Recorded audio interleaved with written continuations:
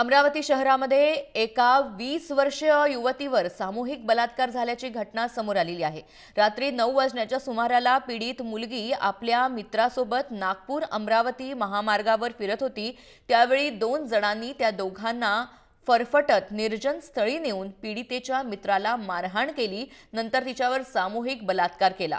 दरम्यान तिचा मित्र पळून जाऊ नये म्हणून त्याचे कपडे आरोपींनी काढून घेतले। या प्रकरणी रुपेश वडतकर आणि सतीश जयस्वाल या दोघांना पोलिसांनी अटक केली आहे।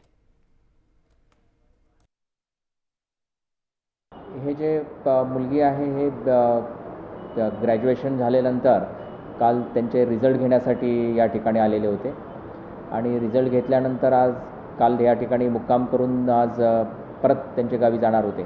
एकाचे नाव आहे सतीश शिवनारायण जयस्वाल, वय वर्ष 32, राहणार राटगाव, आणि दुसरा आहे रुपेश हिम्मतराव वडतकर, 30 वर्ष। दोघंही राटगावचे राहणारे आहेत आणि दोघंही रेतीचे सप्लायर्स आहेत आणि दोघांनीही तिथे दबा धरून बसलेले होते